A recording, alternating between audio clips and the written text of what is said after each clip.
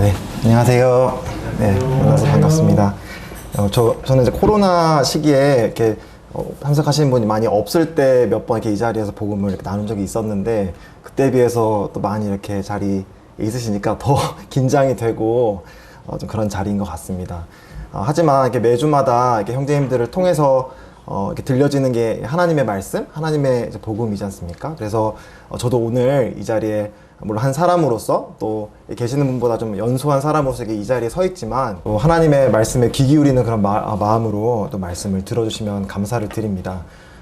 좀 기도하는 마음으로 왔는데요. 성령님께서 또 이렇게 들으시는 분들 마음 가운데 이렇게 마음을 열어주셔가지고 이게 정말 진리구나, 하나님의 말씀이구나라는 거를 마음으로 참 받아들여지게 되기를 참 진심으로 바랍니다.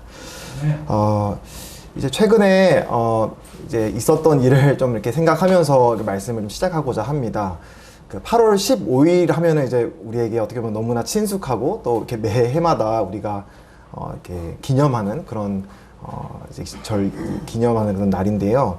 잘 아시다시피 이제 광복절을 우리가 최근에 이렇게 맞이했습니다. 저도 이게 광복절 하면은 이렇게 물론 이제 매해마다 이렇게 TV에서 광복절에 대한 다큐멘터리를 보거나 또 늘 하던 그런 일들을 하잖아요. 태극기를 걸고. 근데 다시 한번 또 이런 말씀을 준비하면서 이런 광복절에 대한 이런 생각을 해보게 됐습니다. 잘 아시다시피 광복절은 우리나라가 1945년도에 이제 일본의 그 식민지 지배 아래 있었었는데 이제 그때 이제 우리가 일본으로부터 해방이 되고 대한민국 정부가 건국이 되는 그런 날을 이제 기려서 이제 만들어진 날이라고 합니다. 그래서 이 광복절이라고 하면은 특히 이제 우리나라 사람들한테는 더 마음을 뜨겁게 하는 그런 단어가 있다라고 생각이 들었는데, 그건 다름 아닌 이제 자유가 아닌가 생각이 들어요. 우리가 최근에 대통령 취임을 해서 이렇게 듣는 취임사라던가 또 이런 또 광복절을 이렇게 기려서 이렇게 하는 그런 말들을 들어보면 자유라는 말이 많이 등장하는 것 같습니다. 그래서 이제 저도 생각을 해보았습니다. 자유가 뭘까? 저보다 아마 여기 계신 분들이 더 이 자유에 대한 가치나 그 의미를 더 많이 알고 계시리라고 생각이 들어요. 아마 저보다 더 많은 경험을 갖고 계시고, 특히 이제 이 자유, 또 자유뿐만 아니라 정말 우리가 정말 소중하게 그렇게 여기는 가치들은 그게 넘쳐날 때는 잘 모르는 것 같아요. 내가 얼마나 이게 소중한 가치인지를. 근데 이 자유라는 것이 이렇게 잃어버려지고 우리가 그걸 박탈당할 때 이게 참 소중한 거였구나라는 걸 우리가 비로소 깨닫게 되는 것 같습니다. 저도 어떻게 보면 최근에 이런 코로나라던가 또 여러 가지 그런 어려운 시기를 겪어가면서 너무나 당연하게 우리가 여겨왔던 것들에 대해서 다시 한번 이게 당연한 게 아니었구나, 하나님의 은혜였고 어떻게 보면 참 많은 희생이 따른 그런 우리들에게 주어진 선물이었구나라는 거를 이렇게 깨닫게 되는 그런 시기였던 것 같아요. 그래서 이제 오늘 이 자유라는 부분에 대해서 또 우리가 이런 광복절, 우리가 교회 밖에서도 많이 사용되는 그런 단어이기도 한데요. 이런 해방, 자유라고 하는 이런 가치, 이런 말들이 성경에서도 아주 중요한 말씀으로 등장하고 있다라는 말씀을 드리고 싶습니다. 다만 우리가 생각하는 자유라던가 해방이라고 하는 가치하고는 성경에서 말씀하고 있는 자유는 다르다는 것을 아셔야 됩니다. 우리는 저 같은 경우도 그렇고 저의 또래 친구들은 이 자유라고 하는 말 딱 들으면 그냥 내 마음대로 하는 거, 그냥 뭐 누구한테 억압을 받지 않고 그냥 내가 원하는 대로 살아갈 수 있는 자유를 자유라고 생각하는 경향이 많이 있는 것 같습니다. 하지만 성경에서 말하고 있는 자유는 조금 그것과 다른데요. 말씀을 통해서 우리가 하나님께서 우리에게 선물로 주신 자유는 어떤 자유인가에 대해서 또 이렇게 부족하겠지만 또 말씀을 잘 귀 기울여 주시면 감사드리겠습니다. 우리나라는 이제 일본의 그런 식민 지배 아래 들어가게 될 때 결국 국권을 빼앗겼던 것이잖아요. 그러니까 우리나라가 조선이라고 하는 이제 나라가 있었고, 그 조선을 다스리는 왕이 있었는데, 그 우리나라가 한 나라로서 마땅히 누리고 소유할 수 있어야 되는 국권, 이런 권리가 이제 다른 나라, 일본에 의해서 빼앗기고, 또 그 일본이 우리나라에 무단으로 와서 이렇게 우리나라를 지배하는 바로 그러한 시기를 우리는 이제 보냈던 것을 기억하고 있습니다. 그래서 그 당시에 우리가 빼앗겼던 어떤 자유는 어떤 한 나라의 국권뿐만이 아니라 많은 우리 조선인들, 우리 사람들의 한 사람으로서의 존엄성, 한 사람으로서의 개인의 인권도 많이 그때 말살이 됐던 것을 우리는 이제 학교에서 교과서에서 많이 배우게 됩니다. 그런데 이제 오늘날에는 제가 이렇게 광복절에 대한 아마 다 아시는 내용이겠지만 이렇게 말씀을 드리는 이유가 이제 이 자유라던가 뭐 식민지배라던가 통치, 뭐 주인 이런 말들이 오늘날에는 너무나 생소한 말이 돼버린 것 같아요. 왜냐하면 오늘날에는 이런 식민지배라는 그런 개념도 없고 어떤 노예제도라는 것도 없습니다. 그래서 이제 우리가 뭐 주인, 종, 뭐 주인, 노예 이런 관계에 대해서 생각해 볼 겨를이 별로 없는 것 같아요. 피부에 이렇게 와닿는 그런 개념이 아닌 것 같습니다. 하지만 성경에 의하면 이 주인과 종의 관계, 주인과 어떤 노예의 관계라는 것은 우리가 말로 잘 말하지 않을 뿐이지 사라진 것이 아니다라고 분명히 말씀을 해주고 있는데요. 혹시 이제 성경책을 갖고 계시면 이렇게 펴서 함께 성경 몇 구절을 찾아보도록 할 텐데요. 펴주시면 감사드리고 혹시 없으시면 옆에서 이렇게 성경을 함께 펴서 찾아주시면 감사를 드립니다. 로마서 6장 16절을 펴서 읽어보도록 하겠습니다. 로마서 6장 16절인데요.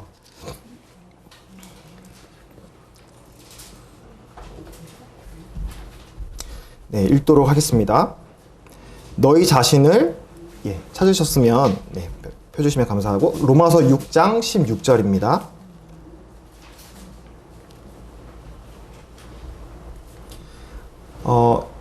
이제 오늘 좀 주로 로마서와 또 이제 몇 가지 복음서를 이제 이렇게 찾아가면서 말씀을 읽도록 할 텐데요. 좀 번거로우시겠지만 하나님의 말씀 함께 펴서 읽어주시면 감사를 드립니다. 6장 16절입니다. 제가 읽도록 하겠습니다. 너희 자신을 종으로 내주어 누구에게 순종하든지 그 순종함을 받는 자의 종이 되는 줄을 너희가 알지 못하느냐. 혹은 죄의 종으로 사망에 이르고 혹은 순종의 종으로 의에 이르느니라. 네, 6장 16절인데 방금 읽어드렸는데 이제 개역 개정으로 이게 쓰여져 있는데 조금 쉬운 이제 세번역으로 제가 또 읽어드리도록 하겠습니다. 이제 세번역이라고 해서 조금 더 우리말에 우리가 자주 쓰는 이런 말로 번역된 이제 번역문을 한번 읽어드릴 텐데요. 여러분이 아무에게나 자기를 종으로 내맡겨서 복종하게 되면 여러분은 여러분의 복종하는 그 사람이 종이 되는 것임을 알지 못합니까? 여러분은 죄의 종이 되어 죽음에 이르거나 아니면 순종의 종이 되어 의에 이르거나 하는 것입니다. 라고 새 번역에서는 말씀하고 있습니다. 다시 말해서 우리가 꼭 어떤 상전을 모셔서 무릎 꿇고 막 날마다 빌고 거기에 말하는 거에 어떤 내 주인님이라고 그런 말을 해야만 우리가 주인과 종의 관계가 있는 것이 아니라 성경에도 분명히 말하지만 우리가 어떤 누구가 됐든 무엇이 됐든 그 말에 복종하고 순종하면 결국 우리는 그 순종하고 복종하는 거에 대한 종이다라고 말씀을 하고 있는 것입니다. 다시 말해서 내가 분명히 이거는 잘못되고 내가 하지 말아야 될 것을 아는데도 불구하고 해야 돼라는 그런 속삭임을 듣게 될 때 하게 되면 결국 나는 그 복종하는 대상, 순종하는 대상에 대해서 종이다라고 성경은 말씀해주고 있는 것입니다. 다시 말해서 우리 모든 사람들은 여기 저와 여기 있는 모든 분들을 포함해서 모든 사람들은 이 죄라고 하는 영향력에서 자유롭지 못하다라고 성경은 말씀해주고 있습니다. 다시 말해서 우리 모든 사람은 죄에 대해서 종이다, 죄에 대해서 노예다라고 말씀을 해주고 있어요. 노예라는 말이 듣기 별로 안 좋잖아요. 저도 내가 누군가의 노예다, 누군가의 종이다라는 말을 들으면 기분이 좋지 않을 것 같습니다. 하지만 성경은 분명히 말씀하시는 바 우리 모든 사람이 죄에 대해서 종이라고 말씀을 하고 있습니다. 다시 말해서 여기서 그 누구도 나는 죄를 단 한 번도 짓지 않을 수 있어, 나는 죄의 영향력에서 완전히 자유로운 사람이야 라고 이렇게 손을 들 수 있는 사람이 아무도 없다라는 것이죠. 몇 가지 예를 들어드리겠습니다. 근데 제가 이런 말을 들으면 이런 죄, 우리가 모든 우리가 죄를 지었다, 누구도 이 죄의 영향력에서 자유로울 수 없기 때문에 우린 다 죄의 노예다라고 말씀을 드리면 이런 의문을 품으실 수도 있을 것 같아요. 그래도 난 죄 그렇게 많이 짓지 않았어. 나 옆집에 있는 누구보다, 저게 감옥에 가 있는 죄수들보다, 저게 막 뉴스에 나오는 정말 흉악한 그런 범죄자들보다 내가 얼마나 착하게 살았는데, 내가 남한테 피해 안 끼치고 법 잘 지키면서 얼마나 착하게 살았는데, 선하게 살았는데 라고 하는 그런 의문점을 마음에 품고 계시는 분도 계실지 모르겠습니다. 하지만 성경에서는 이 의의 기준, 이 선과 악의 기준이 우리 사람에게 있지 않다라고 말씀을 해주고 있어요. 우리가 각자가 비교해가지고 내가 세워놓은 나의 의의 기준, 내가 생각하는 선과 악의 기준에 따라서 내가 선인이 되고 의인이 되는 것이 아니라 옳고 그름, 의와 불법의 기준은 바로 하나님께 있다. 우리를 지으신 창조주신 하나님께 있다라고 성경은 말씀해주고 있는 것입니다. 제가 예를 하나 드리도록 하겠습니다. 우리가 이렇게 시계를 보게 될 때 이 시계, 많은 종류의 시계들이 있지 않습니까? 우리가 손목에 차는 시계도 있고 벽에 거는 시계도 있는데, 이 시계에는 많은 기술이 들어가는 아주 복합적인 그런 기술의 복합체라고 합니다. 그럼 이 시계는 분명히 시계를 만든 시계 장인이 있을 것입니다. 근데 이 시계가 제대로 된 시계다, 제대로 되지 않은 시계다라고 하는 기준은 바로 시계를 만든 시계 장인에게 있는 것입니다. 그래서 어떤 예를 들면 한 시계가 있는데, 이 시계 장인이 의도한 시간보다 5초 늦게 가는 시계가 있다라고 해봅시다. 근데 그 시계가 스스로 말하기를, 나는 저 옆에 1시간 늦어지는 더 많이 고장난 시계보다 덜 고장나 있으니까 나는 올바른 시계야 라고 말을 한다고 가정을 해보겠습니다. 그거는 제대로 된 평가라고 할 수 있을까요? 그럴 수 없을 것입니다. 그 시계가 제대로 된, 그것이 만들어진 디자인대로, 또 그 시간대로 제대로 가느냐 안 가느냐를 판단할 수 있는 기준은 그 시계가 아닌 시계를 만든 사람에게 있는 것입니다. 우리 사람은 그런 경향이 있어요. 다른 사람과 비교해서 다른 사람보다 조금 더 잘나면, 아니면 내가 어제보다 조금 더 잘 살게 되면 나는 의로운 사람이라고 하는 그런 체각 속에 살아가는 것 같습니다. 저를 비롯해서요. 하지만 성경은 분명히 말씀하시기를, 우리는 분명히 창조를 받았고 우리가 옳고 그름, 선과 악을 평가할 수 있는 기준은 우리 자신에게 있는 것이 아니라, 또 다른 사람과 비교해서 내릴 수 있는 것이 아니라 바로 우리를 지으신 거룩하시고 죄 없으신 하나님께 있다라고 성경은 말씀하고 있는 것입니다. 이제 교회에 나오신 분들은 들어보셨을 것입니다. 뭐 십계명이라던가 뭐 이런 율법이라는 말들을 많이 들어보셨을 텐데, 여기서 단 한 사람도 나는 태어나서 거짓말 해본 적이 없습니다라고 손을 들 수 있는 분이 계신가요? 뭐 태어나면서부터라고 하면 너무 가혹하게 된다면, 뭐 1년 전에, 한 달 전에, 일주일 전부터 시작해서 나는 다른 사람에게 한 번도 거짓말을 해본 적이 없습니다라고 자신 있게 손을 들 수 있는 분이 계신가요? 또는 부모님을 공경하라는 말씀을 이제 십계명에서 주고 있는데, 나는 부모님에게 태어나서 단 한 번도 부모님을 공경하지 않은 적이 없습니다. 내 부모가 아무리 연약하고 좀 이런 약한 부분이 있다고 할지라도 나는 자녀로서 부모에게 최선에 다할 바를 다했습니다. 단 한 번도 나는 부모님에게 이런 쓴 마음을, 부모님을 미워하는 마음을, 원망하는 마음을 가져본 적이 없습니다라고 할 수 있는 분이 계신가요? 또는 마음에 다른 이성을 보고 성적으로 음란한 마음을 품지 않은 분이 계신가요? 예수님께서는 이렇게 말씀하십니다. 간음하지 말라라는 말씀을 이제 십계명에서 주고 있는데, 예수님이 요구하시는 기준은 그냥 진짜 그런 성적인 그런 안 좋은 행동을 하는 것뿐만이 아니라, 지나가는 이성, 다른 이성을 보고 마음에 음란한 마음을 품기만 해도 이미 간음하였다라고 예수님은 말씀하십니다. 죄가 없으시고 거룩하신 하나님께서 우리에게 요구하시는 선, 의라고 하는 기준은 바로 그와 같은 기준인 것입니다. 뿐만 아니라 다른 사람이 가지고 있는, 내 것이 아닌 다른 사람의 물건을 보고 탐심을 품었을 때 그건 도둑질한 거나 다름없다라고 예수님이 말씀하셨고요. 그리고 다른 형제, 다른 이웃, 나의 가족, 나 가까이 있는 사람들을 바라보면서 라가다, 바보다라고 하는 그런 다른 사람을 미워하는 마음을 품기만 해도 이미 살인한 것과 다름하지 않는 그런 범죄를 저지른 것과 동일하다라고 말씀을 하시고 있습니다. 그래서 하나님께서는 이런 우리가 생각하는 기준과 달리 이 하나님께서 말씀하시는 의의 기준에 비춰봤을 때 그 누구도 우리가 죄에서 자유롭다고 할 수 있는 사람은 없는 것입니다.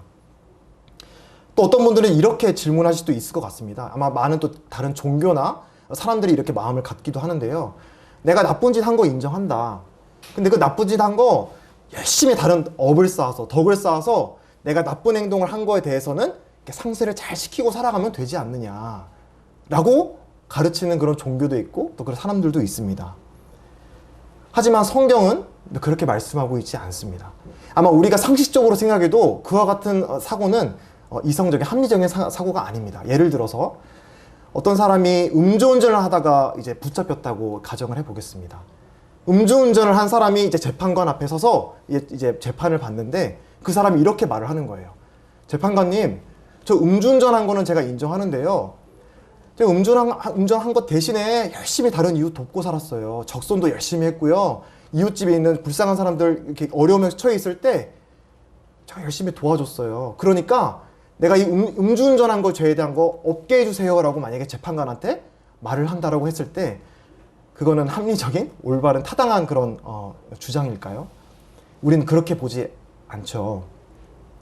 마찬가지로 하나님께서도 우리가 한 옳은 일에 대해서는 물론 옳다고 말씀하시지만 그렇다고 해서 우리가 한 잘못된 일에 대해서 의롭지 못한 한 일들에 대해서 우리가 선행을 했다고 해서 그것이 없어지는 것이 아니라고 분명히 말씀을 해주고 계십니다. 이렇게 우리는 이 죄로부터 자유로울 수 없습니다. 특별히 우리는 이 기이하신, 다가갈 수 없는 빛이라고 말씀하시는 하나님, 소멸하시는 불이라고 말씀하시는 하나님, 심지어는 회전하는 그림자도 없다라고 하시는 그 거룩하신 하나님 앞에서 여기 앉아 계신 그 누구도, 그리고 저를 비롯해서 모든 사람도 하나님 앞에서 나는 의롭다, 하나님 앞에서 죄와는 상관이 없다라고 말할 수 있는 사람은 단 한 사람도 없다라고 성경은 선언하고 있습니다. 성경은 여러분들을 설득하고 있지 않아요. 여러분이 열심히 죄인이니까 좀 믿어주세요라고 설득하고 있지 않습니다. 여러분이 인정하고 싶든 인정하고 싶지 않든 성경은 그 누구도 태어나면서부터 모든 사람이 죄에서 자유롭지 못하다. 우리는 죄의 종으로 살아간다라고 성경은 말씀하고 계십니다. 그래서 로마서에서는 이렇게 말씀을 합니다. 유대인이나 헬라인이나 다 죄 아래에 있다고 우리가 이미 선언하였느니라. 기록된 바 의인은 없나니 하나도 없으며 깨닫는 자도 없고 하나님을 찾는 자도 없고 다 치우쳐 함께 무익하게 되고 선을 행하는 자도 없나니 하나도 없도다. 모든 사람이 죄를 범하였음에 하나님의 영광에 이르지 못하더니 라고 말씀하십니다. 저는 지금 이 자리에서 여러분들이 여러분 죄인이에요 라고 손가락질하고 있는 것이 아닙니다. 우리를 가장 잘 아시고 우리를 만드신 하나님께서 우리를 이렇게 진단하신다라고 여러분들에게 성경을 여러분들에게 전달해 드리고 있는 것입니다. 근데 이것을 믿고 안 믿고는 이제 여러분들에게 달려 있는 것이지만 성경은 분명히 여러분들에게 우리 모든 사람은 우리가 죄의 종으로 살아간다라고 말씀해 주고 있습니다. 이건 너무나 비극적이고 참 안타까운 현실인 것입니다. 만약에 나는 이렇게 말씀을 드려도 내가 죄가 없다라고 생각하시는 분은 감히 도전을 드릴게요. 내가 세워놓은 의의 기준이 아니라 성경에서 말씀하고 있는, 아니면 10계명만 딱 펴서 10계명이 있지 않습니까? 한번 그 10계명대로 한 번도 이제 빼먹지 않고 살아보는 것을 한 일주일 동안 완벽하게 얼마나 지킬 수 있는지 한번 시도해 보시기를 도전해 드립니다.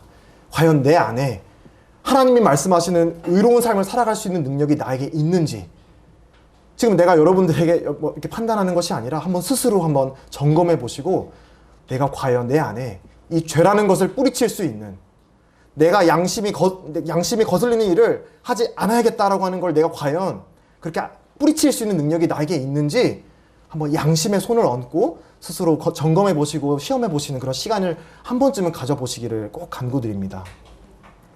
아까 읽었던 로마서 6장 16절의 말씀에 그래서 우리는 죄의 종이 되어서 죄의 순종함으로 죽음에 이른다라고 말씀을 하십니다. 그리고 그 6장 마지막 절에도 이렇게 말씀을 하세요. 우리가 모두 하나님께 거역하면서 떠나 살아가면서 이 죄라고 하는 것의 종으로 살아가는 그 결과가 무엇이냐, 이 죄의 삭은 무엇이냐라고 했을 때 그 죄의 삭은 사망이라고 말씀하십니다. 그래서 우리 모든 사람은 죄의 종일 뿐만이 아니라 바로 사망이라고 하는 것의 종으로 살아간다라고 말씀해드리고 싶습니다. 이건 저의 말이 아니라 성경에서 그렇게 말씀해주고 있는 것입니다. 우리는 모든 사람은 죄 가운데 태어났기 때문에 우리 모든 사람은 죽습니다. 아까 동일한 질문을 드리겠습니다. 여기에 앉아 계신 모든 사람 가운데 나는 이 죄에서 자유로울 수 있어 라고 하는 분이 손 들으실 수 있겠습니까? 라는 질문을 드렸는데요. 조금 더 어려운 질문을 드릴게요. 나는 죽음의 영향력에서 자유로울 수 있어 라는 질문에 대해서 손을 드실 수 있는 분이 계신가요? 여기는 아무도 없습니다. 여기는 믿는 사람, 크리스천, 교회 가는 사람, 성당에 가는 사람, 절에 가는 사람, 종교와 상관없이 그 어떤 사람도 나는 죽음에서 자유로울 수 있어라고 말할 수 있는 사람은 단 한 사람도 없습니다. 왜냐? 성경에서 말씀해주고 있어요. 이제 로마서 6장 23절 같은 책에 나와 있는데 죄의 삭은 사망이라고 말씀해주고 있기 때문입니다. 우리는 하나님을 거역하면서 이 생명의 근원 되시고 주인 되시는 하나님을 등지고 살아가고 있기 때문에, 이 죄 가운데 살아가고 있기 때문에 우리는 결국 죽을 수밖에 없다라고 성경은 말씀해주고 있는 것입니다. 우리는 애써 이 죽음이라는 걸 외면하고 살아갑니다.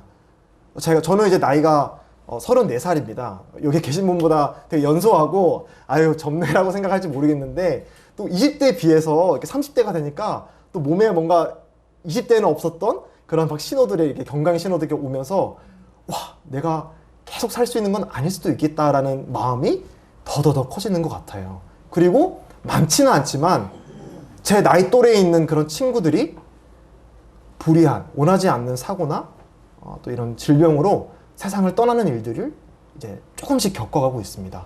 그리고 아마 이제 저보다 더 많은 연륜을 가지신, 경험이 있으신 분들은 더 많이 겪으실 거예요. 이제 주위에 이 세상에 천년 만년 살 수 있는 것이 아니라 이제 이 세상에 다 내가 가지고 움켜쥐고 살아갔던 것들을 내려놓고 이 땅을 떠나가야 되는 순간이 이제 찾아오고 있다는 사실을 우리 모두가 다 이제 알고 있습니다. 그리고 그 죽음에 대해서 늘 적지 않은 공포심, 두려움 안고 살아가는 것이 바로 우리 사람들이라고 생각합니다. 세상은 죽음을 올바로 보지 못하게 만드는 것 같아요.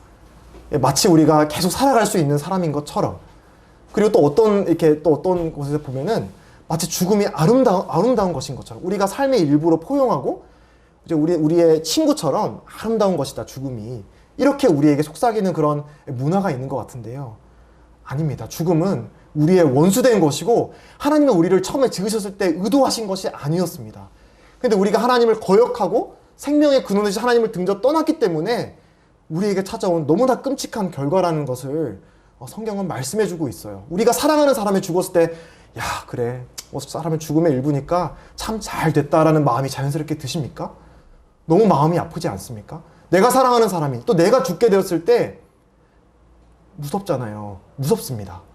두렵습니다. 너무 마음이 아픕니다. 내가 사랑하는 사람이 떠나게 될 때. 그게 우리 사람이 갖는 자연스러운 마음입니다. 본디 하나님께서는 죽음이라는 것을 아름다운 것으로 말씀하고 있지 않습니다. 히브리서 기자는 이렇게 말씀을 합니다. 우리가 죽기를 무서워하며 평생 종노릇하며 살아간다라고 우리 인생을 평가하십니다. 우리는 이와 같이 죄라는 것과 또 죽음이라고 하는 것 때문에 죄와 죽음의 종노릇하며 이 세상을 살아가고 있습니다. 그래서 이 자리에서 여러분들에게 복음을 전할 때마다 아마 이런 얘기를 많이 들으셨을지도 모르겠지만, 또 이런 얘기를 하는 것이 유쾌한 주제가 아닐지도 모르겠습니다. 이 첫 주에 한 주를 시작하는 첫날부터 우리는 죄인입니다. 여러분은 다 죽음을 맞이할 수밖에 없습니다라고 하는 막 이렇게 재수 없는 이런 얘기를 여러분들에게 드릴 수밖에 없는 이유는, 우리가 애써 이게 우리에게는 찾아오지 않을지도 모른다는 그런 일락 같은 그런 마음으로 살아갈지 모르겠지만 우리가 피할 수 없는 현실이라는 것을 우리가 알아야만 그에 대한 하나님이 우리에게 주시는 해결책을 우리가 받아들일 수 있기 때문에, 이 자리에 선 여러분들보다 훨씬 더 경험도 적고 연수한 저이지만 성경이 그렇게 말씀하고 있다는 것을 여러분들에게 말씀드릴 수밖에 없는 것입니다.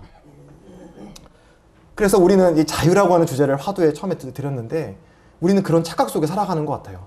내가 내 삶을 이렇게 내가 주도할 수 있는, 내가 이 삶의 주인인 거라고 생각하는 그런 착각 속에 살아갑니다. 내가 마음만 먹으면 죄 안 지을 수 있어. 내가 마음만 먹으면 뭐 모르겠는데 일단은 조금 더 열심히 건강을 관리하고 죽음을 피할 수 있어라는 그런 착각 속에 살아갑니다. 하지만 하나님께서는 그렇게 말씀하고 있지 않은 것이죠. 물론 하나님께서는 이제 우리를 지으실 때 우리에게 자유의지라는 것을 주셨습니다. 로봇처럼 하나님이 우리에게 프로그래밍 해가지고 너는 이렇게 움직여 저렇게 움직여라고 우리를 조정하시는 분으로 짓지 않으셨어요. 내가 생각했을 때 내가 선택할 수 있는 그런 자유의지를 주셨습니다. 하지만 우리의 삶을 자세히 돌아보게 되면 우리는 그 자유의지를 우리를 지으신 창조주를 기쁘게 하는 삶을 살기보다 나를 기쁘게 하기 위해서, 다른 사람들의 이익보다는 나를 조금 더 편하게 하고 기쁘게 하는 그런 삶을 살기 위해서 그런 선택을 하면서 살아가게 됩니다. 그래서 여러분들은 정말 간곡히 말씀을 드리는 거는, 이 세상에 여러분들 주위에는 그 누구의 말도, 또 어떤 세상에 그런 똑똑하다고 하는 사람들의 말도 만약에 이 죄라는 것과 죽음의 문제를 해결해 줄 수 있다는 것이 하나님 외에 있다라는 그런 말을 하는 사람들이 있다라고 한다면 괜찮아. 지금은 그런 생각하고 싶지 않은 거 잠깐 내려놔. 술 한잔 하자. 열심히 저 등산 가서 머리 한번 비우고 그런 거 잠깐 잊어. 그런 속삭임이 있다라고 한다면 그런 속삭임을 이 자리에서는 뿌리치시고 하나님이 그 문제에 대해서 어떻게 말씀하시는지, 또 하나님이 여러분들을 너무나 사랑하셔서 어떤 해결책을 주시고 있는지를 마음을 여시고 한번 그 하나님이 그 해결책을 주신다고 했을 때 마음 문을 열고 그 하나님의 해결책에 귀를 기울이시는 그런 마음을 한번 가지시기를 간절히 부탁을 드립니다. 이 죄와 죽음의 문제, 우리에게 주인 노릇하고 있는 죄와 사망이라고 하는 문제에 대해서 해결할 수 있는 능력은 다시 계속 거듭 말씀드리지만 나 자신에게는 없습니다. 내가 죄를 이길 수 있는 능력 저에게 없습니다. 죽음을 이길 수 있는 능력 나에게 없습니다. 우리에게 없습니다. 우리가 응애하고 어머니의 태에서 태어나는 그 순간부터 너무나 안타깝고 비극적이지만 우리는 죄와 죽음이라고 하는 아주 무시무시한 그런 주인을 섬기며 살아가는 그런 삶을 살아가고 있는 것입니다. 익히 알고 계시는 율법, 십계명 이런 거 이제 많이 들어보셨죠. 근데 그걸 주신 목적이 바로 그거를 깨달으라고 하나님께서 주신 것입니다. 많은 분들이 착각하는 분들이 계신데요. 이 율법이라던가 하나님의 계명을 마치 내가 열심히 내 힘으로 그걸 열심히 이제 종교 생활에서 열심히 지켜서 천국에 도달하십시오. 하나님을 기쁘게 하는 삶을 내 힘으로 사십시오라는 그런 목적으로 율법을 주신 것이라고 가르치는 종교, 또 그렇게 생각하는 분들이 계실지도 모르겠는데요.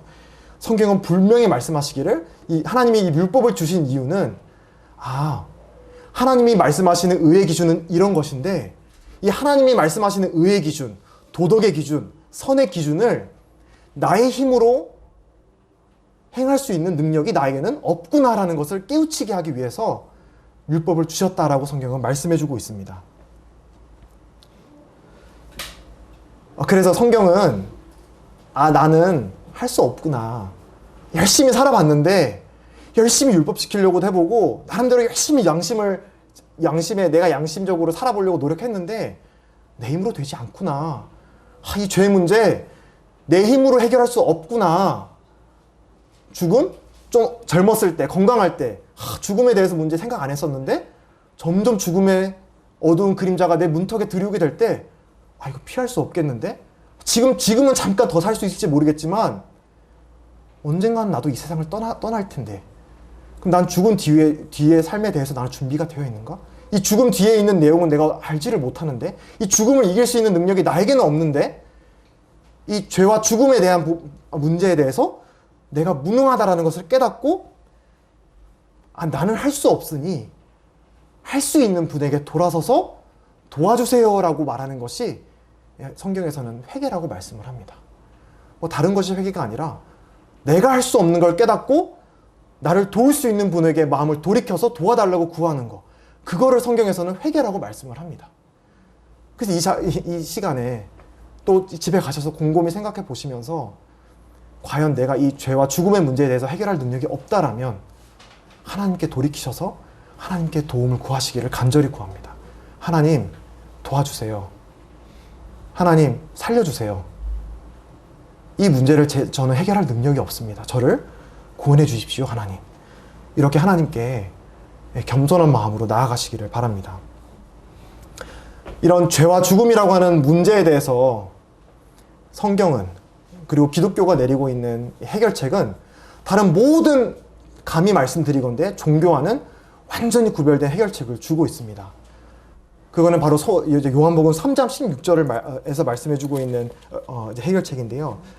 아마 외우고 있는 분도 계시겠지만 또 혹시 모르시는 분도 계시다면 요한복음 3장 16절을 펴서 한번 눈으로 자세히 보시면서 이 죄와 죽음이라고 하는 문제에 대해서 우리 사람에게, 나에게, 저에게, 여러분들 한 분 한 분에게 하나님이 어떤 해결책을 주시고 있는지 귀 기울여 보시기를 부탁드립니다.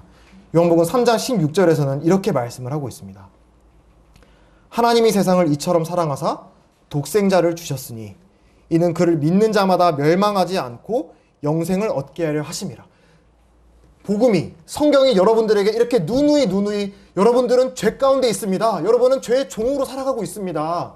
여러분은 지금 죄와 죽음이라고 하는 무시무시한 주인을 모시면서 끔찍한 그런 결말을 기다리고 있습니다라고 하는 말씀을 드리는 이유가 여러분들을 겁박하기 위해서, 여러분들의 인생을 비참하게 만들기 위해서 이런 말씀을 드리는 것이 아니라 복음을 전하기 위해서 말씀을 드리는 것입니다. 그 말씀드리고 있는 복음, 복된 소식이 무엇이냐? 내가 할 수 없으니 누가 하셨다? 3장 16절에 가장 먼저 나오는 단어가 무엇인가요? 하나님입니다. 내가가 아니에요. 내가 무엇을 해서 하나님께 도달한다. 내가 이런 업을 쌓아서 열심히 해가지고 내가 얼마나 해야 하나님께 도달할 수 있는 것을 알지도 못한 채 열심히 살아가세요라고 책임질 수 없는 그런 말을 하는 것이 아니라, 나를 지으시고 거룩하시고 모든 걸 할 수 있는 그 하나님께서, 하나님이 세상을, 저를, 여러분들을 사랑하사 독생자를 주셨다라고 말씀을 해주고 있습니다. 이게 복음의 진수예요. 내가 할 수 없는 거. 다른 모든 복음, 어떤 종교를 찾아가 보십시오. 결국 말하는 것이 무엇이냐? 내가 뭘 해야 되는 것입니다. 그리고 그 여러 종교를 창시한 창시자들이 말하는 요지도 그거예요. 나는 하나님이 보낸 선지자입니다. 근데 하나님을 찾으려면 열심히 이런 일들을 행하십시오라고 여러분들에게 말하는 거예요. 그게 다른 모든 종교들이 말하는 요지입니다. 근데 성경은 반대예요. 복음은 반대입니다. 여러분들이 할 수 없습니다. 그래서 하나님이신 예수님께서, 하나님의 아들이신 예수님께서 이 땅에 오셔서 여러분이 하나님을 찾으러 열심히 떠나세요라고 말을 하는 것이 아니라, 내가 여러분을 찾으러 왔습니다라고 하는 것이 복음인 거예요.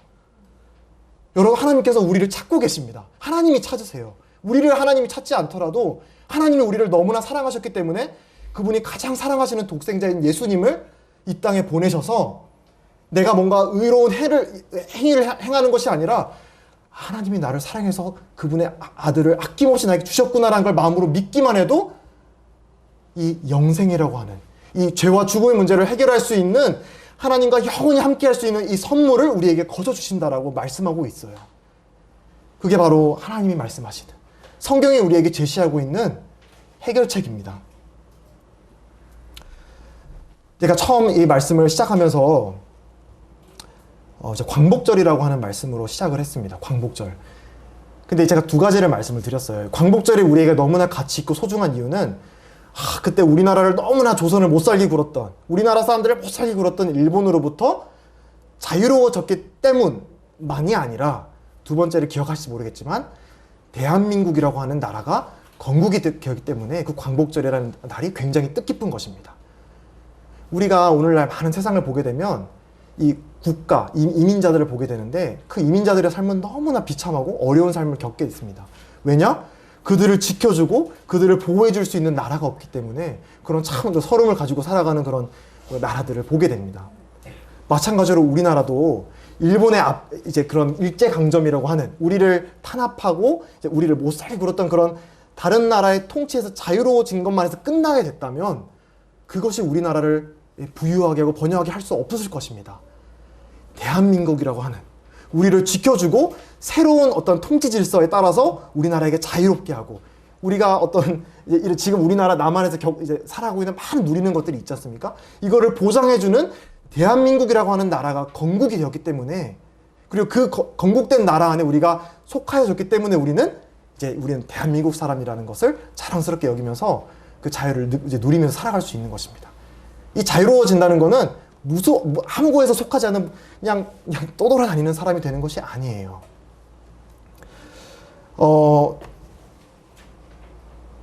이제 구원이라는 말씀, 아까 3장 16절 요한복음을 이제 인용하면서 하나님이 우리를 구원하셨다.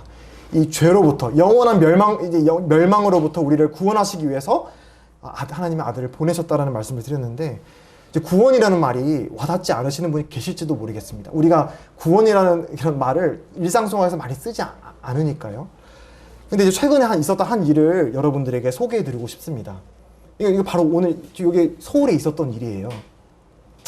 최근에 이제 물난리가 있었지요. 또 어떤 보도에 따르면 거의 100년에 만에 찾아온 어마어마한 홍수였다, 침수 피해가 있었다라는 그런 뉴스 보도를 보았는데, 여러분들은 그때 이제 집에서 안전하게 잘 계셨으면 참 좋겠다 생각을 듭니다. 어떻게 계셨는지 잘 모르겠는데, 저는 이제 큰 침수 피해 없이 지나게 돼서 그냥 뉴스로만 그런 일들을 접하게 되는데 참 많은 어려움을 겪었던 분들이 계시더라고요. 저희 이웃들 가운데. 그리고 특히 이제 반지하를 저도 이제 대학생 시절에 살아봐서 하는데 그런 반지하 집에 살아가고 있던 많은 분들이 특히 이제 이 물이 차면서 목숨을 잃고 또 많은 재산의 피해를 입은 이웃들이 많다라고 합니다. 근데 이제 제가 조선일보에 나온 한 기사를 여러분들에게 읽어드릴 텐데요. 뉴스 영상도 있습니다. 유튜브 찾아보시면 그 영상도 있는데 나중에 기회 되시면 찾아보시고 제가 기사를 한번 읽어드릴게요. 그대로 한번 여기서 기사에서 말하고 있는 것들을 한번 상상해 보시면서 지금 그때 최근에 그 물난리 났을 때 어떤 일이 있었는가라는 걸 한번 귀 기울여 들어주시면 감사드립니다. 8월 11일자 기사인데 8월 8일날 있었던 한 일에 대한 이제 보도입니다. 제목은 조금만 버텨, 침착해, 불빛 보고 와, 바로 손 잡으면 돼 라고 하는 기사 제목으로 이제 보도가 나 있습니다. 읽어드리겠습니다. 기록적 폭우가 서울을 매섭게 덮치던 지난 8일 밤 10시, 이제 밤 10시쯤 서울 관악구 신림동 골목에서는 사람들의 다급하고도 다정한 외침이 울렸다. 고작 70cm 폭에 불과한 담벼락과 건물 외벽 사이에 좁은 공간이 몰려든 이들은 반지하 방에 갇힌 이웃의 이름을 부르며 3분의 기적을 이뤄내고 있었다. 당시 상황은 현장을 목격한 시민 나종울 씨가 담은 영상이 공개되며 전해졌다. 촬영된 영상 그리고 보도된 장면을 보면 이미 빗물이 차올라 보이지 않는 반지하방 창문 앞에 선 남성 여러 명이 등장한다. 이들은 이거 깨야 돼요. 뒤로 비켜. 차에 가면 창문 깨는 거 있어요. 그거 좀 빨리 갖다 줘요. 라고 외치며 창문을 깨기 위해 고군분투하고 있는 모습을 볼 수 있다. 파이프 렌치와 소화기 등을 동원해 있는 힘껏 창문을 쳤지만 구조 작업은 생각처럼 쉽지 않았다. 창문은 수압 탓에 꿈쩍하지 않았고 물속이라 내려치는 힘이 온전해지지 않았기 때문이다. 비와 땀에 젖은 얼굴을 물에 씻어내면서도 이 의인들은 멈추지 않았다. 소화기를 든 남성은 유리 파편에 손을 다쳤지만 아랑곳하지 않았다. 한 남성은 방 안에 갇힌 이 이웃의 이름을 부르며 수은아! 수은아! 조금만 버텨! 라고 소리쳤다. 침착하게 있어. 조금만 기다려. 불빛 보고 오면 돼. 바로 손잡으면 돼. 라는 말로 승훈 씨를 안심시키기 위해 노력하는 모습도 영상에 담겨 있다. 주변에 있는 사람들 역시 휴대폰 전화를 불빛을 켜서 이들의 구조 작업을 도왔다. 그러기를 얼마 후 깼어! 라는 외침이 들려왔고 곧이어 바로 숨 쉬어. 다 왔어 괜찮아 하는 말이 이어졌다. 잠시 후 갇혀있던 이웃이 물 밖으로 모습을 드러내자 현장에서는 와 살았다 아이고 라는 탄성과 안도와 한숨이 터져나왔다. 기적을 만들어낸 남성들의 행동은 여기에서 멈추지 않았다. 한 남성은 급박했던 상황에 놀란 이 구조자를 끌어안아 준 뒤 등을 토닥였다. 온몸이 빗물에 젖은 구조자는 그렇게 한동안 남성의 품에 안겨 호흡을 가다듬었다. 공포와 환희와 감동이 차례대로 몰아친 순간 3분 남짓한 시간 동안 일어난 일이었다. 당시 의인을 도움으로 구조된 이승훈 씨는 빗물이 종아리 정도까지 찾아 탈출하려 했지만 수압 때문에 문이 열리지 않았다고 회상했다. 그러면서 30분만 더 있었다면 저는 아마 이 세상에 없었을 수도 있다며 저도 항상 남에게 베풀 수 있는 사람이 되도록 노력하겠다, 감사하다고 말했다. 이런 제가 그대로 그냥 기자 보도문을 이제 읽어드렸는데요. 이건 바로 며칠 전에 우리 이웃들 가운데 있었던 일을 그대로 이제 말씀해주고 있는 거예요. 근데 여기에는 참 너무나 저는 이제 이 기사를 보면서 굉장히 감동이 되더라고요. 지나가던 행인들 또 그냥 옆에 살고 있던 이제 이웃들이었을 텐데, 이런 굉장히 어려운 이런 희생을 감수하면서 이 이웃을 이렇게 도와주는 아름다운 모습이지 않습니까? 이 모습을 보면서 성경에서 말씀해주고 있는 이 구원이라는 게 바로 이건데, 바로 이 구원을 너무나 잘 말씀해주고 있는 모습이 이게 아닌가라는 그런 생각을 갖게 되었습니다. 사회에서는 이 뉴스 보도에서는 이제 이런 사람들 말고도 혹시 뉴스에서 많이 보셨을 거예요. 이렇게 하수구를 가다가 이렇게 열심히 이렇게 빗물이 잘 빠지도록 이렇게 빼내기도 하고, 또 물살에 휩쓸려 갈 것 같은 사람들을 이렇게 도와주기도 하고, 그냥 나는 내 갈 길을 가면 되는데 그렇게 옆에 나에게 희생이 있더라도 옆에 있는 그 어려움에 처한 사람들을 돕기 위해서 어려운 일을 마다하지 않고 하셨던 분들, 이런 분들을 이제 뉴스에서는 빗속의 의인들이라고 표현을 하더라고요. 의인들. 이제 우리 의인이란 말을 가끔 이제 보게 되죠. 목숨을 바쳐서 엄청난 희생을 하면서 사람을 도와주고 구해주는 사람들이 이제 의인들이라고 하는데, 왜 이 사람들을 의인들이라고 할까? 아까 그 창문 안에 반지하방 가운데 갇혀있던 그 청년, 한 남성 청년, 그 사람은 아무것도 스스로 할 수 없는 상태에 있었습니다. 자기 스스로는 수압 때문에 빠져나올 수 없는 상황에서 점점 이제 물이 차오르고, 물이 다 차게 되면 이제 질식해서 자기의 생명을 이어갈 수 없는 긴박한 상황에 놓여 있는 것입니다. 근데 그 상황을 바라보면서 사람들은 그냥 무관심하게 지나갔던 것이 아니라 지금 자기가 하던 일을 내려놓고 모든 힘을 당해서 막 비와 또 땀과 흙탕물에 막 몸이 온 범벅이 되면서까지도 이 한 사람, 자기 스스로는 구원할 수 없는 이 사람을 구해주기 위해서 온몸을 바쳐서 뛰어들었잖아요. 그리고 어떤 사람은 아까도 보도에서 읽었지만 소화기로 창문을 깨다가 손에 막 유리날에 베어가지고 막 피가 철철철 나고. 근데 그런 끔찍한 아픔을 감수하면서도 왜 이 사람을 돕고자 했을까? 엄청난 그런 좋은 마음이겠죠. 긍휼한 마음. 이 사람을 우리가 구하지 않으면 이 사람은 스스로 구원할 수 없다라는 이 마음. 그렇기 때문에 이제 사회에서 이 사람들을 의인이라고 했던 것 같습니다. 그리고 저도 진실로 이 사람들의 행동은 참 의로운 행동이었던 것 같아요. 근데 이런 훌륭한 이웃들의 이런 희생적인 도움으로 이제 구출을 받은 이 남성, 또는 이제 도움을 받는 여러 이웃들이 이 도움을 받고 나서 어떤 반응을 보였나요? 나 혼자 나올 수 있는데 왜 도왔어요? 내 힘으로 나올 수 있었는데. 지금 당장 안 도와야 되는데 뭘 그래 급하다고 이렇게 내 삶에 이렇게 간섭하고 그랬어요? 라고 했나요? 아니죠.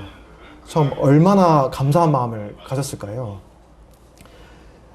근데 오늘 이 한 의인들이 이제 이 불쌍한 한 남성을 구한 이 사건을 통해서 우리는 이제 우리를 구원하신 예수님을 우리는 기억해 볼 수 있는 것 같습니다.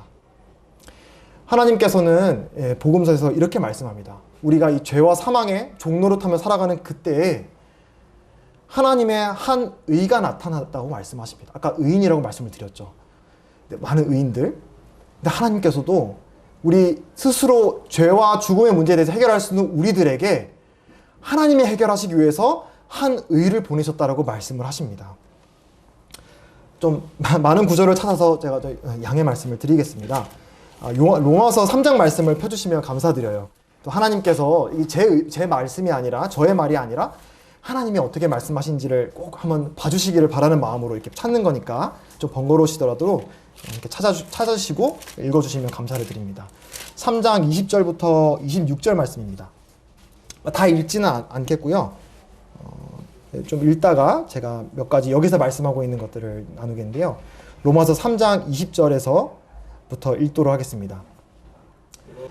20절에 말씀하고 있듯이 우리의 육체로는 율법을 다 이룰 수 있는 능력이 없다라고 말씀을 하셨고, 이걸 알고 계신 하나님께서 21절에 이제는 율법 외에 우리가 스스로 세워놓은 이런 율법, 우리의 의의 기준들 외에 하나님의 한 의가 나타났다라고 말씀하고 계세요. 하나님의 한 의. 바로 이 하나님의 나타난 한 의는 바로 내가 할 수 없는 그것을 행하신 바로 하나님의 아들, 아까 요한복음 3장 16절에서 보았던 하나님의 아들 예수 그리스도이십니다. 바로 하나님의 아들 예수 그리스도께서 하나님이 보내신 한 의로 우리에게 임하셔서 나의 죄 때문에 겪어야 될 죽음의 문제를 대신 짊어지고 예수님께서 십자가에 돌아가셨기 때문에 우리는 우리 스스로 힘으로 하나님께 도달하지 못하는 것에 대해서 낙심할 필요가 없는 것입니다. 하나님이 대신 이루어주신 이 일을 우리가 마음에 받아들이고 하나님과 살아있는 관계를 맺을 수 있는 사람이 되었다고 말씀하고 계십니다. 24절에 하나님이 우리를 구원하시는 놀라운 원리에 대한 표현이 하나가 나오는데, 24절을 보시면 그리스도 예수 안에 있는 속량으로 말미암아 의롭다 하심을 하나님의 은혜로 값없이 의롭다 하심을 받은 자 되었느니라. 그리스도 예수 안에 있는 속량이란 말이 나옵니다. 속량. 여기서 말씀하고 있는 속량은 조금 이제 우리가 많이 쓰는 표현은 아닌데 대속, 구속 이런 말들과 같은 의미로 사용이 되고 있습니다. 좀 쉽게 말씀을 드리면 여기서 말하는 속량이라는 거는 내 힘으로는 죄를 끊어낼 수 없는, 이 죽음의 영향력에서 나 스스로를 끊어낼 수 없는 힘이 없기 때문에 그 죄에 대한 대가를 하나님이 대신 치러 두시고, 그리고 그 하나님이 대신 우리의 대가를 치러 주신 걸 우리가 믿으면 하나님이 그 사람을 의롭게 여겨주신다 라는 것이 쉽게 말씀드리면 속량인 것입니다. 그럼 여기서 말씀드린 대가가 무엇인가 라고 했을 때 그 밑에 나오는 바로 예수의 피, 바로 예수님께서 이 땅에 내려오셔서 십자가에 달리신 이유가 바로 저와 여러분들을 속량하시기 위해서, 내가 나의 죄 때문에 짊어지고 가야 될 이 죄의 삭신 사망의 이 대가를 내가 아닌 예수님께서 대신 받으시기 위해서 예수님이 이 땅에 내려오신 것입니다. 마가복음 15장 찾으시지 않으셔도 됩니다. 그 십자가 위에서 예수님이 이렇게 외치셨습니다. 제9시에 예수께서 크게 소리 지르시되 엘리 엘리 라마 사박다니 하시니, 이를 번역하면 나의 하나님 어찌하여 나를 버리셨나이까 하는 뜻이라. 곁에 섰던 중 어떤 이들은 듣고 이르되 보라 엘리야를 부른다 하고, 한 사람이 달려가서 해면에 신 포도주를 적시어 갈대에 꿰어 마시게 하고 이르되 가만두라. 엘리야가 와서 그를 내려주나 보자 하더라. 예수께서 큰 소리를 지르시고 숨지시니라.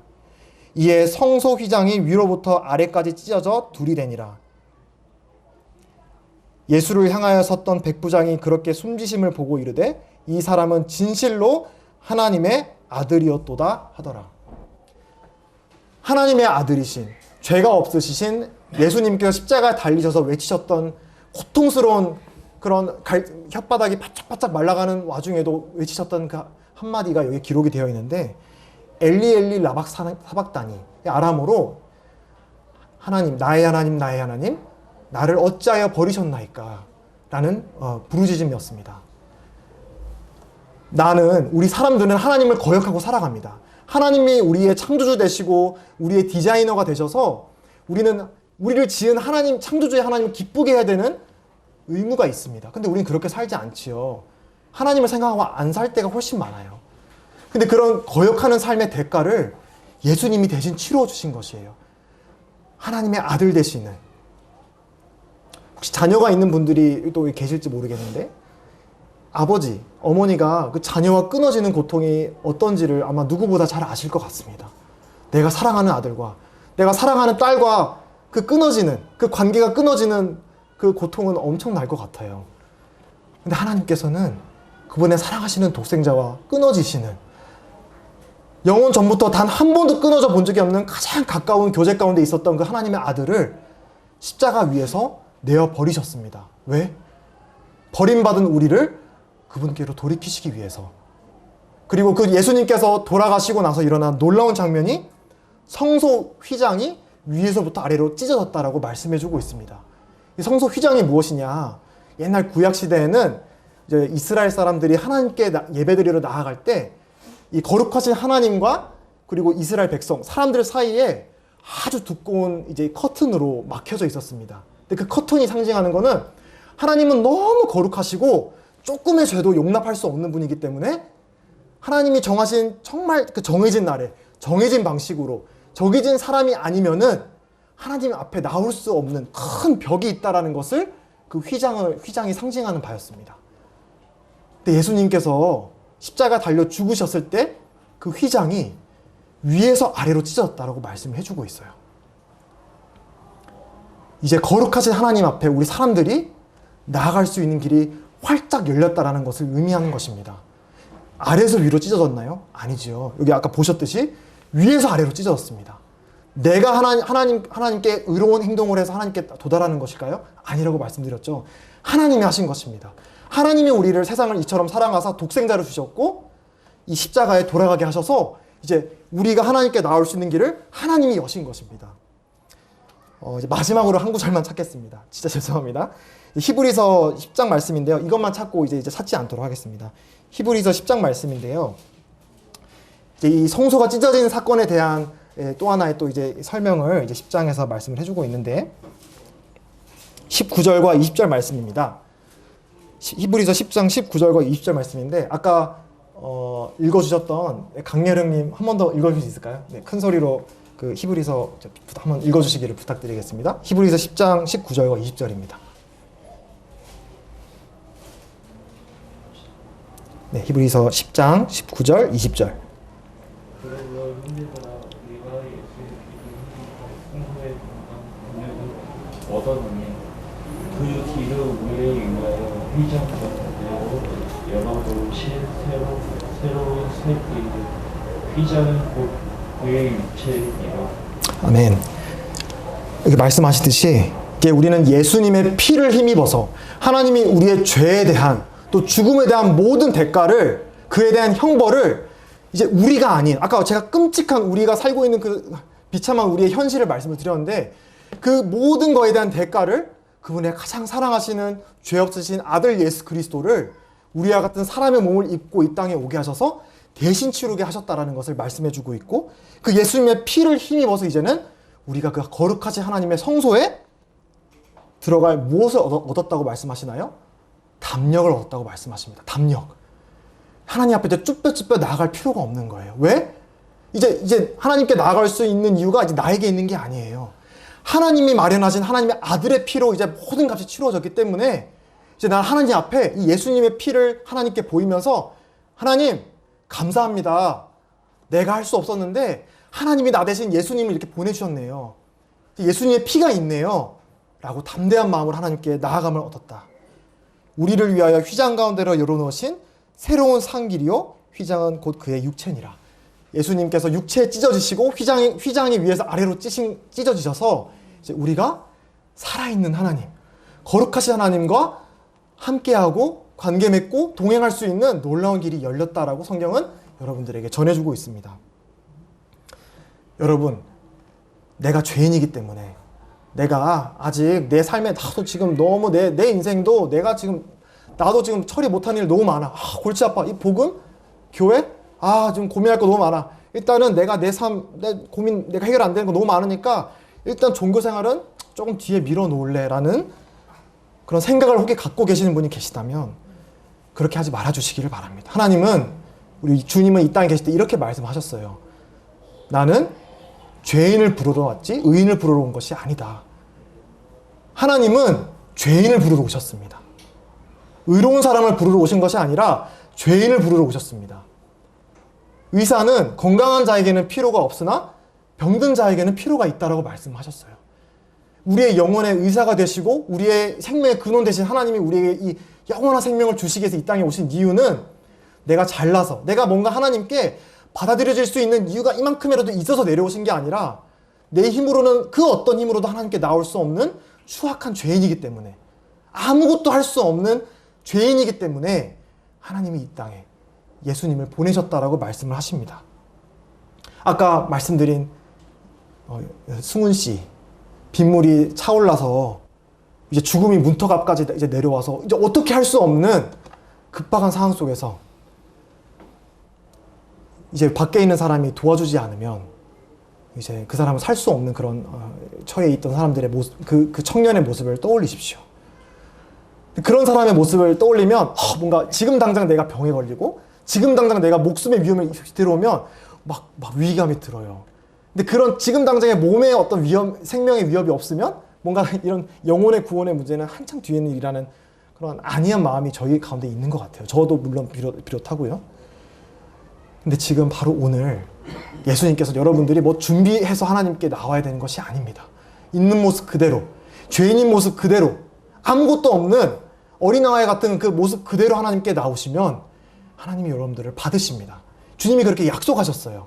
무겁고 짐진 자들아 내게로 오라. 내가 너희를 쉬게 하리라. 무겁고 짐지는 살아가는 사람들에게 오라고 말씀하셨어요. 그 예수님의 요청에, 나에게로 오라는 그 요청에 대해서 내 삶에 지금 그런 여력이 없는데 라는 마음을 갖기보다 있는 모습 그대로 주님께 나아오셔서 주님이 주시는 안식과 평안을 누리시기를 바랍니다. 나의 가족도, 부모님도, 친구도 나를 아무리 사랑하는 배우자도 내 구원의 문제를 해결해 줄 수 없어요. 저보다 열린 분들 누구나 잘 아실 것입니다. 결국 죽음 앞에서는 나 홀로 서는 것입니다. 죄 앞에서는 나 홀로 서는 거예요. 그리고 그 뒤에는 심판이 있다라고 말씀하시거든요. 거기서 끝이 아니라. 그래서 여러분들이 이 죄의 문제에 대해서 더 이상 미루지 마시고 바로 하나님의 사랑하는 예수님께서, 사랑하시는 아들 예수님께서 나를 대신한 화목제물, 이 제물이 되셔서 나를 위해 돌아가셨구나, 나를 대신해서 죽어주셨구나라는 것을 겸손한 마음으로, 단순한 마음으로 마음문을 열고 예수님께 이렇게 이제 믿고 예수님께 음성을 건네는 그런 여러분이 되시기를 바랍니다. 시간이 많이 지됐는데 하나만 더 말씀을 드리고 마무리하도록 하겠습니다. 이제 우리는 더 이상 일본 일제 치하에 있는 일본으로부터 자유로워진 나라가 됐을 뿐 아니라 우리 이제 대한민국이라고 하는 새로운 나라의 질서에 이제 영향을 받는 시민이 되었습니다. 국민이 되었습니다. 마찬가지로 이 예수님을 믿는 모든 사람들은 이 죄에서 자유로워져서 이제 이제 죄의 문제 해결됐으니까 이제 나 천국 티켓 받았다, 이제 내 마음대로 살아야지라는 그런 말씀을 해주고 있지 않아요. 이제는 이제 죄의 종 아래 살아가던 것이 아니라 이제는 의의 종으로서, 그리스도 예수의 종으로서 우리는 살아가게 된다라고 말씀하세요. 우리의 신분이 바뀌게 되는 것입니다. 우리는 이제 옛 주인, 이제 죄를 더 이상 이제 섬기는 것이 아니라 우리를 사랑하시고 그분의 목숨을 내려놓으신 예수님을 우리의 새로운 왕으로, 새로운 주인으로, 내 마음에 가장 사랑하는 분으로 모시면서 그분의 말씀에 귀 기울이고 순종하는 그런 새로운 시민으로 살아가는 삶이다라고 성경은 말씀해주고 있습니다. 로마서에 이렇게 선포하고 있어요. 마치 우리나라가 이제 독립이 됐을 때 이제 일본 황제가 항복을 하고 이제 우리나라의 이제 전역에 우리나라는 이제 해방이 되었습니다라는 그런 선언문이 이제 낭독이 되었던 것처럼 이 죄와 죽음 아래에서 종살이를 하며 살아가는 우리들에게 이제 예수님이 우리를 대신하여 십자가에 죽고 부활하셔서 이제 그분을 믿는 모든 사람들에게 하나님은 이렇게 선포하십니다. 그러므로 이제 그리스도 예수 안에 있는 자에게는 결코 정죄함이 없나니 이는 그리스도 예수 안에 있는 생명의 성령의 법이 죄와 사망의 법에서 너를 해방하였습니다. 이제 예수 그리스도 안에 있는 사람들은 예수님을 마음으로 영접하고 예수님 감사합니다, 예수님 나를 구원해 주셔서 감사합니다 하고 믿는 모든 사람들은 이제 죄와 사망의 종으로 있지 않게 되고 이제 생명과 성령의 법 아래에 있게 된다라고 말씀을 하세요. 이건 내가 열심히 그렇게 될 수 있는 게 아니라 하나님이 그렇게 우리를 새로운 나라로 옮기시는 거예요. 그리고 이제 그 새로운 생명과 성령의 법 아래에 있는 모든 사람들은 이제 더 이상 죄에 대한 정죄함이 없다라고 말씀하세요. 이제 하나님이 우리를 보실 때 이제 예수님의 피를 통해서 여러분들을 보는 거예요. 그래서 이제 여러분들의 죄를 보시는 게 아니라 이제 깨끗한, 예수님처럼 깨끗한 의인으로 예수님을 바라보시는 것입니다. 그래서 이렇게 이제 복음은 바로 이와 같은 놀라운 선포를 우리에게 해주고 있습니다. 그래서 여기 계신 모든 분들이 살아계신 여러분을 지은 창조주 되시고 또 구세주 되신 예수님을, 또 하나님을 개인적으로 알고 그분과 살아있는 관계를 맺어 가시면서 살아가기를 간절히 마음으로부터 원합니다. 복음은 이론이 아닙니다. 제가 지금 이론을 말씀드린 게 아니고 하나님께서는 이 아들을 믿는 모든 사람들 가운데 성령님을 보내주신다라고 약속하셨습니다. 우리가 하나님의 아들을 믿는 순간, 예수님의 이름을 믿는 그 순간 성령님께서 우리 마음 가운데 내주하시고 다시는 떠나지 않게 하십니다. 근데 그 성령님이 우리 마음 가운데 내주하시면 어떻게 되느냐, 어떤 놀라운 변화가 일어나느냐, 이제 하나님을 아버지라고 부를 수 있게 됩니다. 이제 이 죄와 사망의 문제에서 나를 구원하신 하나님을 마음으로부터, 나를 사랑하는 이 하나님을 나를 아버지로 부를 수 있게 됩니다. 마치 예수님께서 하나님을 아버지로 부를 수 있는 것처럼 나도 담대하게 예수님의 피를 힘입어서 하나님을 하나님 아버지라고 부를 수 있게 됩니다. 그리고 이제 더 이상 내가 이제 열심히 종살이했던 그 예전에 모셨던 그 죄라고 하는 주인이 아닌 새로운 주인을 기쁘게 하고 싶은 마음의 열망이 생깁니다. 부족하죠. 넘어지죠. 내가 그렇다고 죄를 아예 이 땅에 살아가면서 죄가 완전히 사라진다는 말씀을 드리는 게 아닙니다. 이제 그거는 이제 장차 하나님이 완전히 이 세상을 회복시키는 그날이 일어날 일입니다. 하지만 그때까지 우리는 우리를 사랑하신 예수님을 기쁘게 하고 싶은 그런 마음의 열망을 성령님께서 우리 마음 가운데 심어주십니다. 그리고 또 넘어질 때 다시 돌이켜서 그 성령님의 인도하심을 받아갈 수 있는 새로운 능력을 우리 마음 가운데 주십니다. 그래서 미약하지만 저도 이것을 경험했고 또 옆에 계시는 성도님들이 이것을 경험하신 분들입니다. 어떤 막 이론을 여러분들에게 전해주는 게 아니라 바로 이걸 경험한 분들께서 이 놀라운 삶의 변화를 여러분들에게도 권하고 있는 겁니다. 이 죄와 사망으로부터 구원하신 하나님을 아버지로 부를 수 있는 놀라운 특권, 이 나를 위해 생명을 버리신 예수님을 나의 주인으로 모실 수 있는 특권, 나를 의의 길로 인도하시고 하나님을 아버지로 부를 수 있도록 예수님을 기쁘시게 할 수 있는 새로운 능력을 주시는 성령님이 내 안에 내주하시고 그분과 동행하는 그런 삶을 살아갈 수 있는 특권, 이런 놀라운 특권이 이 복음 안에 있는 것입니다. 그래서 여러분들이 모쪼록 개인적으로 시간을 가지실 때 한번 제가 말씀드린 이 죄와 죽음의 문제에 대해서 곰곰이 생각해 보시고 이 하나님 말씀 안에 모든 답이 있습니다. 하나님 말씀 안에 모든 답이 있고 하나님께 기도하시기를 부탁드립니다. 제가 또 여기 계신 사람이, 친구가, 가족이 여러분을 구원하실 수 없습니다. 하나님만이 여러분들을 구원하실 수 있고 여러분들의 삶을 책임질 수 있습니다. 부족하지만 또 이렇게 복음을 들어주셔서 감사드리고요. 네, 또 이것으로 말씀을 드리도록 하겠습니다. 기도하고 마치도록 하겠습니다. 아버지 하나님, 감사합니다. 저희는 하나님 앞에서 참 너무나 보잘것없고 참 죄투성인 그런 사람들이었지만 하나님께서 의인을 부르러 오신 것이 아니라 죄인을 부르러 오셨다라고 말씀하셨습니다. 감사합니다. 여기 계신 모든 분들이 하나님께서 우리를 얼마나 사랑하셨는지, 참 어떤 대가를 치르시면서까지 우리를 사랑하셨는지를 한 분 한 분께서 마음으로 깨닫고 하나님께로 돌아올 수 있게 되기를, 또 하나님 안에서 자랄 수 있게 되기를 간절히 기도드립니다. 오늘 이 시간 함께해 주신 주님께 감사드리옵고 또 이어지는 모든 시간 가운데도 우리 마음 가운데 함께해 주시기를 기도드립니다. 이 모든 말씀 우리 주 예수 그리스도 이름으로 기도했습니다. 아멘. 네, 감사합니다.